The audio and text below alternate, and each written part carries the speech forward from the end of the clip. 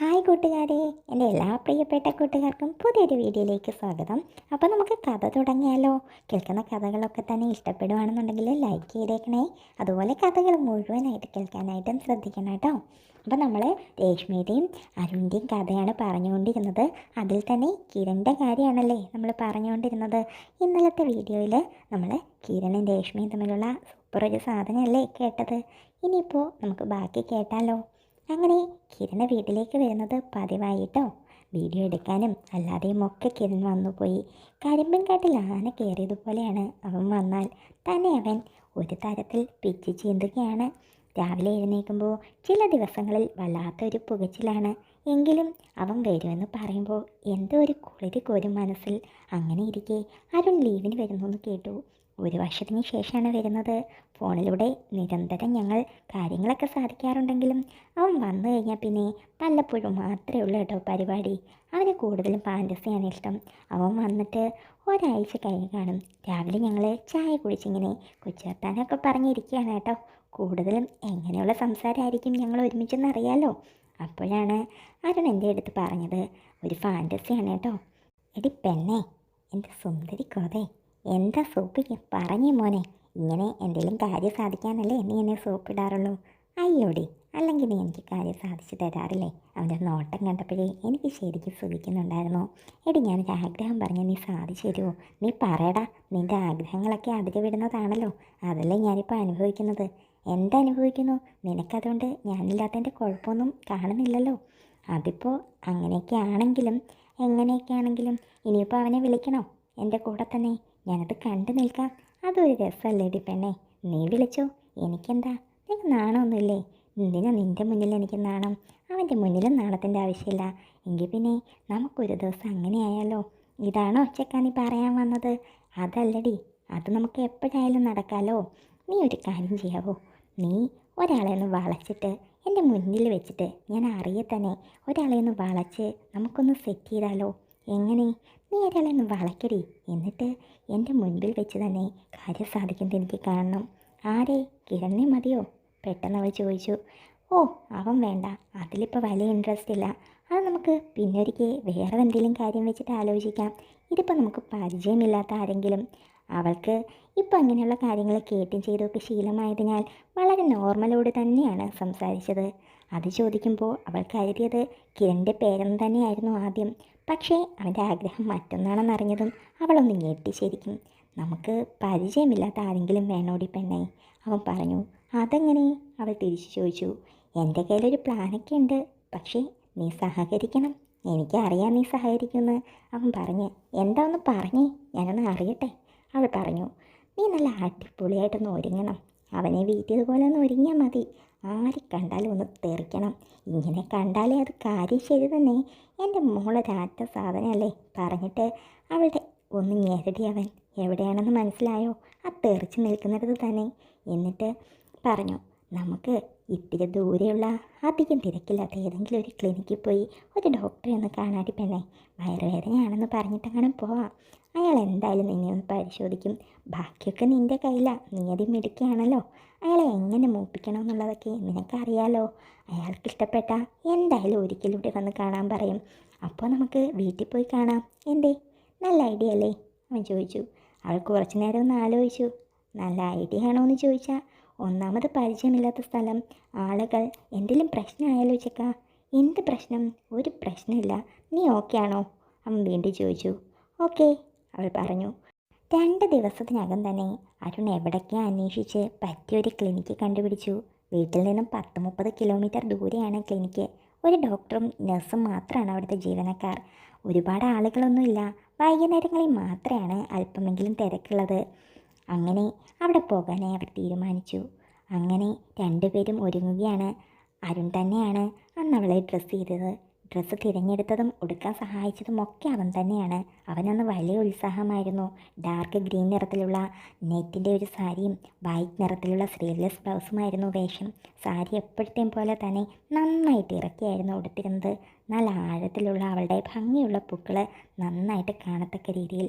എന്നിട്ട് അതിന് ചുറ്റും ആ പാമ്പിൻ്റെ ടാറ്റു നന്നായിട്ടൊന്ന് തെളിയിച്ചും കൊടുത്തു. ഇത് കാണുന്ന രീതിയിൽ തന്നെയാണ് എപ്പോഴും സാരി ഉടുക്കേണ്ടതെന്നാണ് അവനെപ്പോഴും പറയാറുള്ളത്. ടാറ്റുവും പൂക്കളും ഏറ്റവും വലിയ വീക്ക്നെസ്സാണ് അവൻ്റെത്. പൂക്കളിന് മുകളിൽ കൂടെ വയറിനെ ചുറ്റി അരിഞ്ഞാണവും ഇട്ടു. നല്ല വലിപ്പമുള്ള മാർദ്ദങ്ങൾക്ക് മേലെ പാടഡായിട്ടുള്ള സാധനം കൂടി ഇട്ടപ്പോഴേക്കും നല്ല തെറിച്ച് നിൽക്കുന്നു. ചുവന്ന ലിപ്സ്റ്റിക്കും അതിനെ ചേരുന്ന ഒരു നെയിൽ പോളിഷും ഒക്കെ ആയിട്ട് ആര് കണ്ടാലും ഒന്ന് നോക്കി നിന്ന് പോകും അവളെ. അപ്പോൾ തന്നെ അവർ ഓടും ബാത്റൂമിലേക്ക്. അവന് ഉറപ്പായിരുന്നു അവൻ ഒരുക്കിയെന്ന് തന്നെ പറയാട്ടോ. ആ രീതിയിൽ അവൻ പറഞ്ഞു. എന്നിട്ട് കൊള്ളാവോ, പോകാം. അവൾ കണ്ണാടിയിലേക്കൊന്ന് നോക്കി, എന്നിട്ട് തലയാട്ടി. അവനും പെട്ടെന്ന് തന്നെ റെഡിയായി ഇറങ്ങി. അവർ കാറിൽ കയറി ക്ലിനിക്കിന് മുൻപിലെത്തി. ഒരു പഴയ ഓടിട്ട വീടാണ് ക്ലിനിക്ക്. വരാന്തയിൽ ഒരാൾ ഇരിപ്പുണ്ട്. ഡോക്ടർ വന്നിട്ടില്ല. വന്നത് വെറുതെ ആകുമോ അവർ ചിന്തിച്ചു. ചെല്ലുന്ന മുറിയിൽ തന്നെ ഒരു കൗണ്ടറുണ്ട്. മരുന്ന് കൊടുക്കുന്നതും ഇഞ്ചക്ഷൻ എടുക്കുന്നതും ഫയലെടുക്കുന്നതും ഒക്കെ അവിടെ തന്നെയാണ്. ഏകദേശം പ്രായമുള്ളൊരു സ്ത്രീ ഇരിക്കുന്നുണ്ട് അവിടെ. വെള്ള സാരിയായിരുന്നു അവരുടെ വേഷം. ഡോക്ടർ ഇന്നില്ലേ? അരുൺ അവിടേക്ക് ചെന്ന് ചോദിച്ചു. ഉണ്ട്, എത്താറായി. ഇപ്പോൾ എത്തും. ഓക്കെ, അരുൺ പറഞ്ഞു. മുൻപ് വന്നിട്ടുണ്ടോ? അവർ വീണ്ടും അരുണിനോട് ചോദിച്ചു. ഇല്ല, അവൻ പറഞ്ഞു. എങ്കിൽ ഫയലെടുക്കണം. അവൻ അവളുടെ ഡീറ്റെയിൽസൊക്കെ പറഞ്ഞു കൊടുത്ത് ഫയലെടുത്തു. ബെഞ്ചിൽ ഡോക്ടറെ കാണാനിരുന്നയാൾ തന്നെ ശ്രദ്ധിക്കുന്നത് അവൾ കാണുന്നുണ്ടായിരുന്നു. ഏകദേശം 60 കഴിഞ്ഞ ഒരാളാണത്. സാരിക്ക് വിടവിലൂടെ കാണാവുന്ന തൻ്റെ കൊഴുത്തുരുണ്ട മാറിടങ്ങളിലേക്ക് തന്നെയാണ് അയാളുടെ നോട്ടം. അതുപോലെ തന്നെ നല്ല വെളുത്ത വയറിലേക്കും. അയാൾ എന്താണ് ചെയ്യുന്നത് എന്നവൾ ആകാംക്ഷയോടുകൂടി ഏറുകണ്ണിട്ട് നോക്കുന്നുണ്ടായിരുന്നു. അവളത് ആസ്വദിക്കുന്നുമുണ്ടായിരുന്നു. അല്ലെങ്കിലും ഈ അമ്മാവന്മാർക്കൊക്കെ ഇങ്ങനെ തന്നെയാണല്ലോ. ഒരു സ്പർശന സുഖമോ അല്ലെങ്കിൽ ഇങ്ങനെ എന്തെങ്കിലുമൊക്കെ കാഴ്ചയോ മതിയല്ലോ. പാവം. അവളൊന്ന് ഊറിച്ചിരിച്ചു. എന്നിട്ട് അവൾ നോക്കിയപ്പോഴേക്കും അരുണടുത്തേക്ക് വരുന്നുണ്ടായിരുന്നു. അവൾ മനഃപൂർവ്വം അയാളൊന്ന് ആസ്വദിച്ചോട്ടെ എന്ന് കരുതി കൈകൊണ്ട് ആ സാരി കുറച്ചുകൂടി താഴേക്ക് നീക്കി വെച്ചു. ഇപ്പോൾ അവളുടെ ആ സൈഡിലെ വയർ നല്ല രീതിയിൽ കാണാമായിരുന്നു. ഏകദേശം 10 മിനിറ്റോളം കഴിഞ്ഞപ്പോൾ ഡോക്ടർ വന്നു. ആ പ്രായമുള്ള മനുഷ്യൻ പെട്ടെന്ന് എഴുന്നേറ്റു. കാഴ്ചയിൽ ഒരു 50നോടടുത്ത് പ്രായമുള്ള ഒരു ഡോക്ടറാണ് വന്നത്. കണ്ടാൽ മാന്യനെന്ന് തോന്നിക്കുന്ന ഒരു വ്യക്തി. വൈറ്റ് ഷർട്ടും ബ്ലാക്ക് പാൻസുമായിരുന്നു അയാളുടെ വേഷം. ഡോക്ടറെ കണ്ടതും മറ്റെല്ലാവരും എഴുന്നേറ്റു. നേഴ്സ് അയാളുടെ പിറകെ ആ ഒരു റൂമിലേക്ക് കയറി. 1-2 നിമിഷങ്ങൾക്ക് ശേഷം നേഴ്സ് പുറത്തേക്ക് വന്ന് പുറത്തിരുന്ന പ്രായമുള്ള വ്യക്തിയോട് അകത്തേക്ക് കയറാൻ പറഞ്ഞു. അയാൾ അകത്തേക്ക് പോയി. രശ്മിയുടെ നെഞ്ചിടിക്കുന്നുണ്ടായിരുന്നു. എങ്ങനെ അയാളെ ഒന്ന് വീഴ്ത്തുക? അയാൾ തൽപരകക്ഷി അല്ലെങ്കിൽ ചിലപ്പോൾ വലിയ പ്രശ്നങ്ങളുണ്ടാകാനും ഇത് മതി. ഏകദേശം ഒരു 5 മിനിറ്റിന് ശേഷം ആ വൃദ്ധം പുറത്തേക്കിറങ്ങി കൗണ്ടറിലേക്ക് പോയി. അങ്ങനെ അവർ അകത്തേക്ക് കയറി.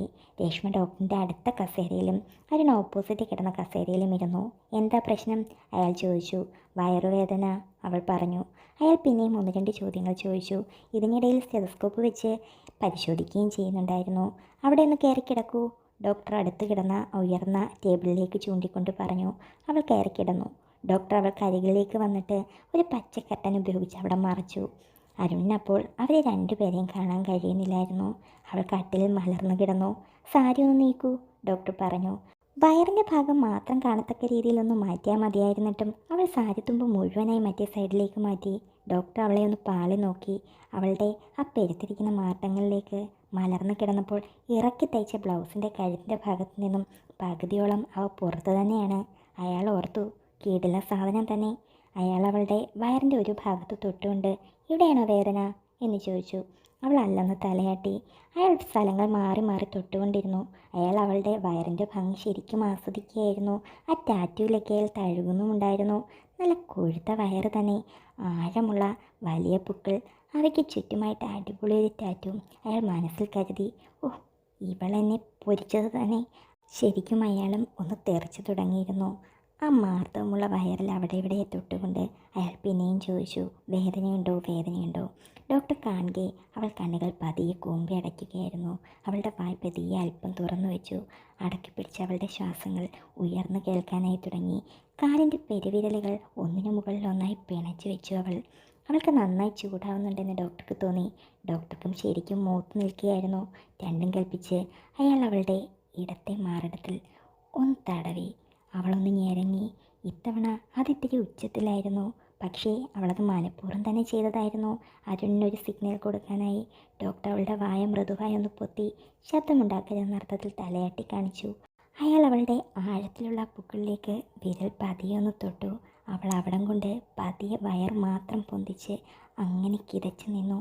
അവളുടെ കണ്ണുകൾ പാതി അടഞ്ഞു. വായ മെല്ലെ തുറന്നു. കുറുകുകയായിരുന്നു ശരിക്കും അവൾ. അരുണിന് കാര്യം മനസ്സിലായി.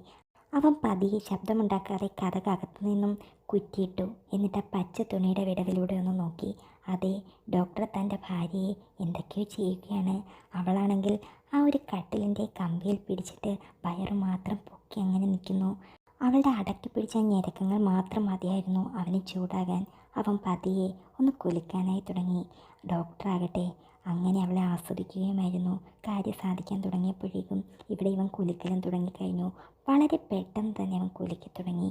ഡോക്ടറാണെങ്കിൽ കുറേ നാളെ ഒതുക്കി വെച്ചെന്ന എന്തൊക്കെയോ ഒഴുക്കിക്കളയുകയായിരുന്നു. അരുൺ അത് നന്നായി തന്നെ ആസ്വദിക്കുന്നുണ്ടായിരുന്നു. തൻ്റെ ഭാര്യയെ ഒരാൾ ഇങ്ങനെ ചെയ്യുന്നത് വ്യക്തമായി കാണുകയല്ലേ. എത്ര നാളത്തെ ആഗ്രഹമാണ്. അവളും ശരിക്കും സുഖിക്കുകയായിരുന്നു.